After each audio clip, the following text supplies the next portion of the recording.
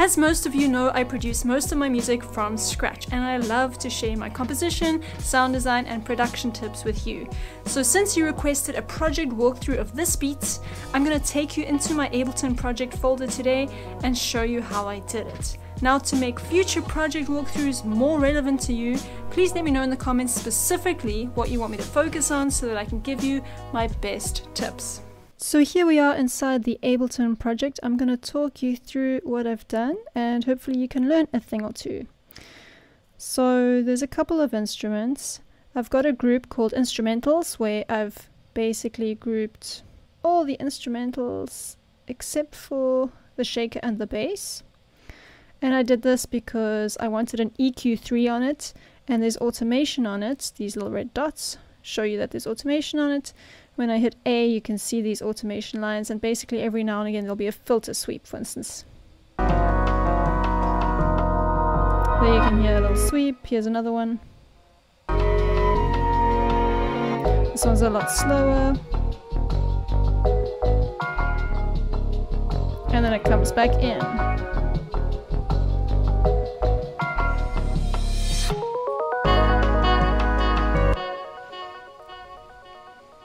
So inside the instrumentals we've got some plucky synths, we've got some transition-y type things, so this is a gliss, also a reverse cymbal.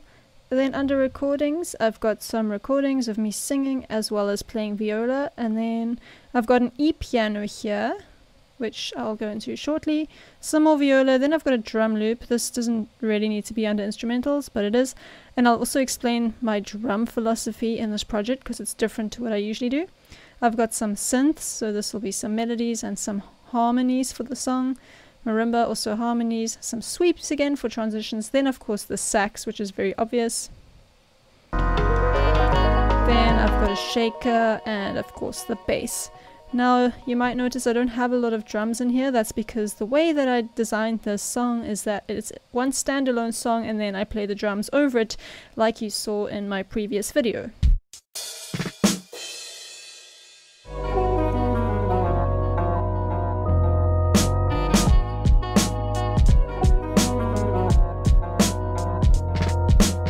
But I did want some shakers just because I thought that would be cool to have in the background while I do some drum fills over it. So that's where this drum loop comes in. It's pretty much just this. And then I've also got some shakers down here. And those are primarily for build-ups. And this, what is this really? It's like a side stick. That's throughout most of the song. It kind of gives a bit of rhythmic content to keep the pace going throughout. Okay, so where should we start? The bass is really simple. It's just chromatic line going down. I've got an E bass. This is a contact instrument. It's the Scarby Rickenbacker bass. Which preset is it? Nick Pure DI. I usually alter the presets, but it will at least in majority be this preset if you are looking to replicate it. And then I've got my sub bass, which is an operator instrument, just a sine wave, and I've low passed only the sub bass frequencies. And on this Rickenbacker bass I have a high pass on it so that it doesn't interfere too much with the sub bass frequencies. It could probably go a bit higher, but that's what I chose. And then on the actual bass here I've got this utility putting bass mono so that the bass is in mono. Usually I have a side chain on the bass, and that would come when I play my boom bap drums over it. So what I would do is I would turn this whole project into one sample, and on that whole sample I would put a side chain to the kick. Let's play some of it. You've heard a general idea in that video. There's some sections that I didn't cover over there. So this is the kind of main chorus.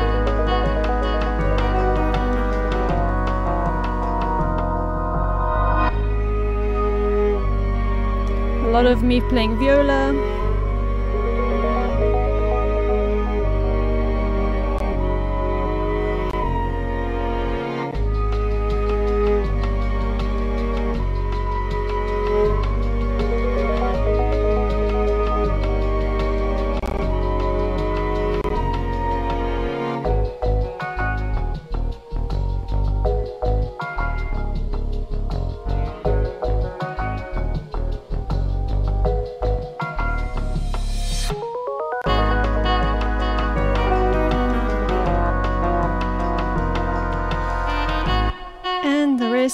course there are some details, you've heard most of it. A big part of the song is this synth. So this is a synth I designed myself. I just called it MW Lo-Fi Rises.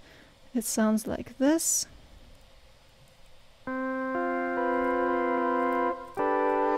And on top of the actual synth, I've added some EQ, some reverb, some utility, so not too much. Most of what's happening is boxed into this device.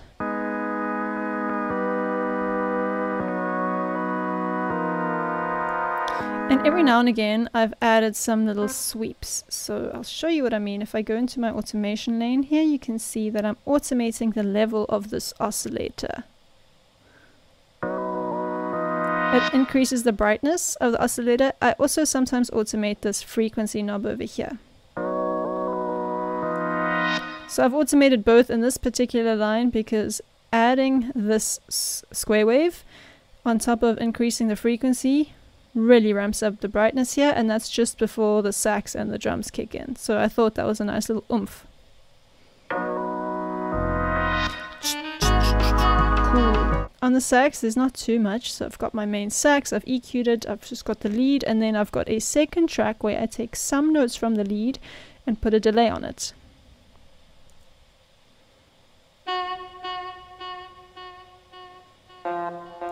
This is just the lead.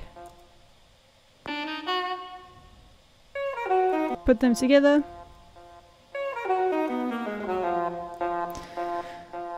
During this section that you heard earlier, I changed the groove of the bass just to change it up.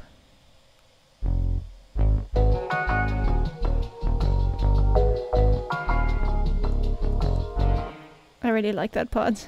I've got some marimbas here going, and they pair with this guy over here.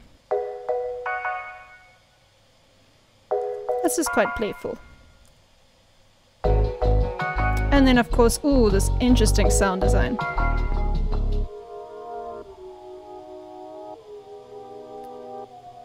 And interesting harmonies. Oh, I love this. So each line has its own instrument. I mean, they're all based off of the same instrument, but I wanted to bring out slightly different harmonies in different lines. And of course, I wanted the lead to sound a little bit more signature than the rest. This was actually a more prominent melody line, but it's a little weird. So I ended up taking it down an octave, but I feel it still adds something, and that's why it's still there.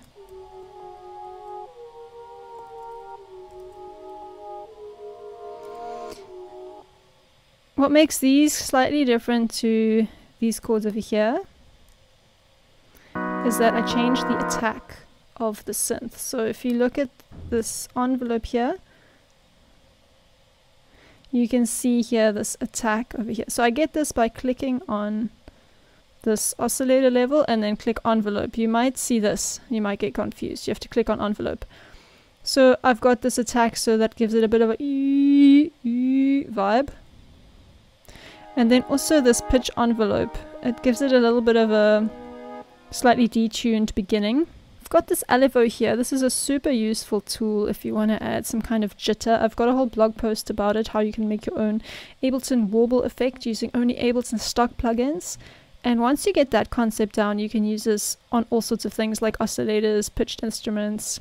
It really opens up a whole new dimension. So if you use the LFO, if you want to use the LFO, check out that blog post. I'll put it in the description below. It's on littlebeatshop.com. If you're wondering how I came up with this line, I mean, well, I'm not sure how to answer that. I just composed it. Make it sound so simple, but it is. It's just chords. As a pianist, I find it quite easy to come up with chord progressions. And something that I can leave you with is that you can either write chords like this, which probably looks more familiar. But all I did, I took these 4 lines and I gave them each their own track. And basically what you're doing is, instead of looking at it as just a chord moving to another chord, moving to another chord, I'm looking at all these notes as 4 separate melodies. And one great composition technique is to be aware that each note can be its own melody. In this case, this one note's just the same throughout, and so is this one, but this bass line is that chromatic descent that I spoke about earlier, this over here, and these melodies, this is kind of the melody of the song. And if you always think of your chord progressions as little melodies in and of themselves, you will be able to write chord progressions that flow a lot better. Another way you can do this, if you don't like looking at the MIDI, and if you've got a MIDI keyboard in front of you, you can look at all these notes and make sure they're spaced quite closely together on the actual keyboard. And if you're finding you got big jumps, so for instance if I've got this and then the next note's down here, that doesn't sound so good.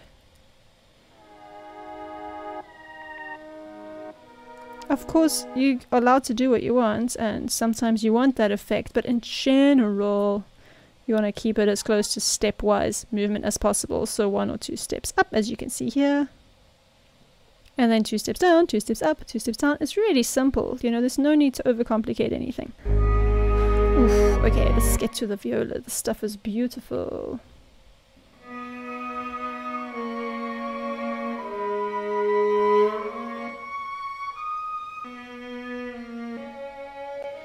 One thing to note here, I put this lower viola line separate to this group because I wanted it to process differently because it was the lowest line and I didn't want so much reverb. I felt like it needed more body on the lower end of the mix.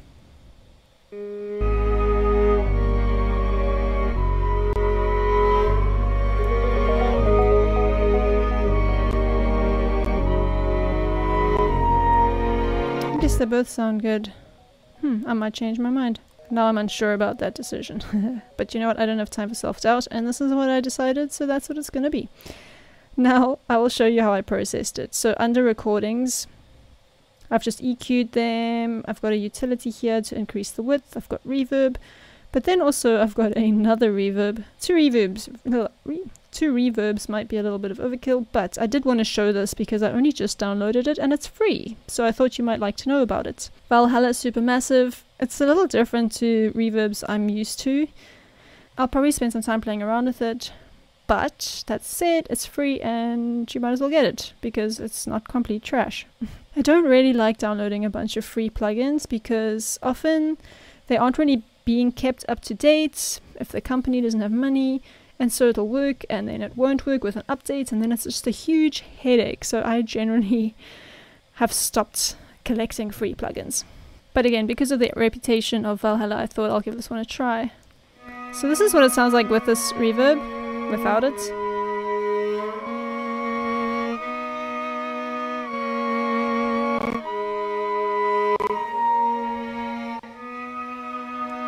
It gives it quite a nice sort of chamber music, cold room kind of feel. By cold room, I sort of mean really flat tiles and walls, kind of like a school hall. It's also got some presets and it's got some interesting modes here. So mode selects the type of delay that's being modeled. Great Annihilator. Repeating echoes with huge reverb.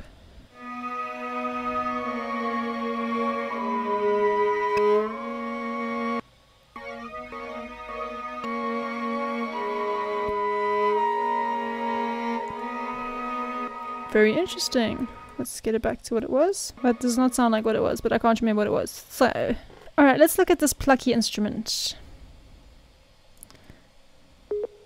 I don't know if you've remembered the context of the song, so I'll play a snippet again just to get you back into the feel of things.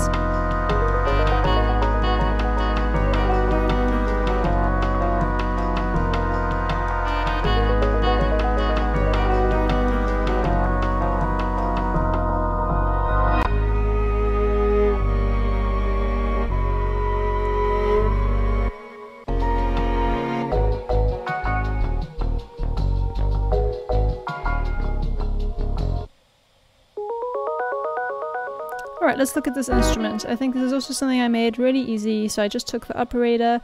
I've got this model over here where all the oscillators are just in parallel, I think, or series. Not too sure. It's this one over there. I've got a sine wave and another sine wave. The big difference is they are an octave apart, which is this number over here. And of course, if I click on my oscillator, click on envelope, you can see here that I've got a very short decay, and that's what gives it its plucky flavor. If I increase that, on top of that I've also done a high pass, I've added delay, auto pan, another EQ and OTT. Let's show you what it sounds like without effects and how it sounds as I gradually add them.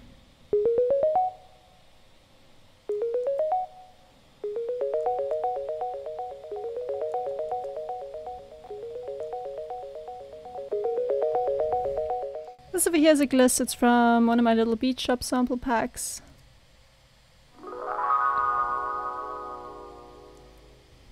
Reverse cymbal. I've EQ'd out all the low end and increased the highs. This is just a snippet of my voice. I actually had a lot more voice, but I deleted it all. I just like this part here.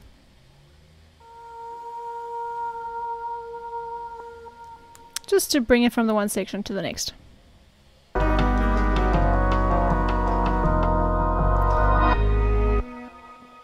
We've gone through this viola. I don't really know what else there is to see. I don't know what you guys want to know. If you're more interested in how I made things or how the sound design is built up, for instance, these chords, how I made the synth, and how I chose which devices to use. So let me know in the comments, and then next time I do one of these project walkthroughs, I can focus on that kind of thing. I've got different sections. I've got an intro.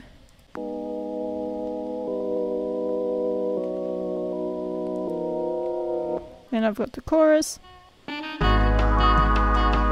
I've got this section, and I've got this little build up,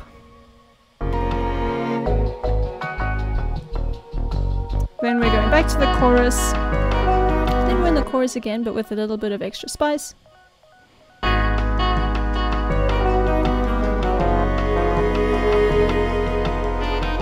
then an outro.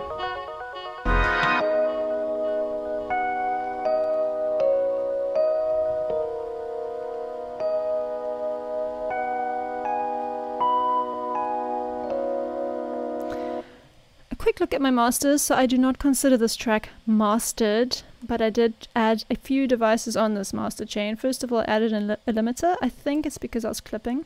Actually, my levels seem fine. I think it was just to add headroom. I don't usually do this. This is an ARB step. I added some RC20. I do not usually put RC20 on the master. However, for the intro and the outro, as you can see, it's automated here. I've added it just for this first bit, to give the intro a little bit of like a nostalgic feeling, and then again on the outro. That's it. And then the EQ, I usually have a little bit of a low cut and high pass just on the extremes because I can't hear those frequencies, so I might as well cut them out.